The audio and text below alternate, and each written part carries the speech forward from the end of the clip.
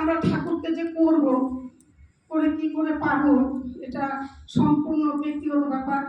ঠাকুর বলেছেন পড়াই পাওয়ার জন্যই, যে যত করে সে সেমন ভাবেই পান। ছাতি নক্ষত্রের জল কর্ম হিসাবেই ফল।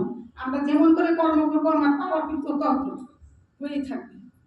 যাই হোক, ঠাকুরের জীবন দশায় আমাদের অনেক কিছুই কিন্তু দিয়ে গেছেন।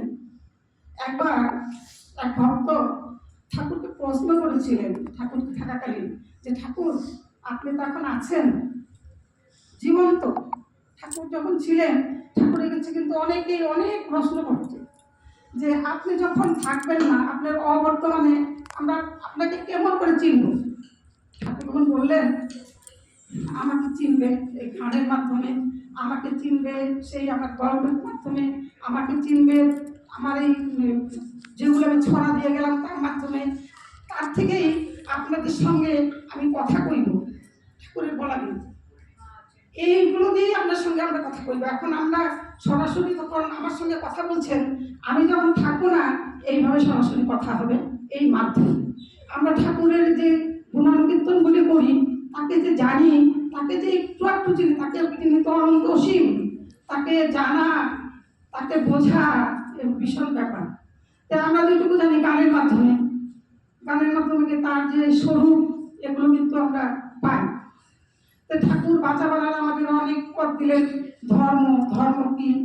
আমরা কিন্তু অনেকেই ধর্ম বলতে কি বুঝি, যে ওই তিলক করলাম, একটু ফোঁটা লাগালাম, একটু মালা টালা জপ করলাম, এগুলি বলে ধর্ম হলো।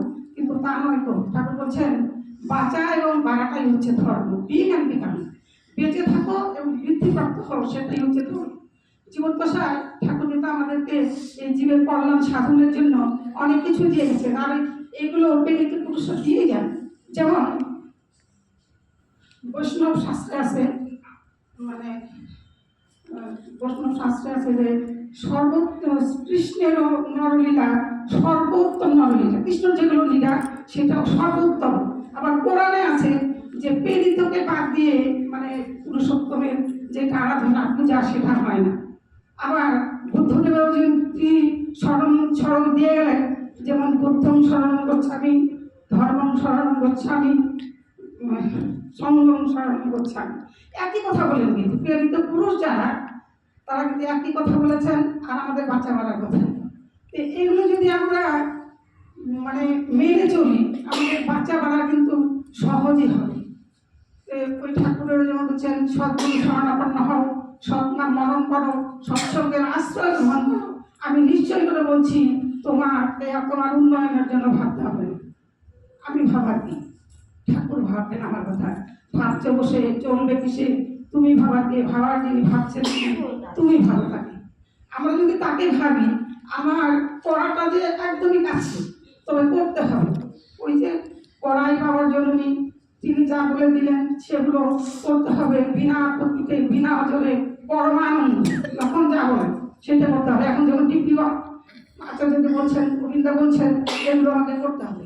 এসব করতে করতে করতে আমরা মানে সাধনার যেটা পথ সেটা জানবো, পাবো, সব কিছুই হবে। সময় আর বেশি নেই না, এরপরে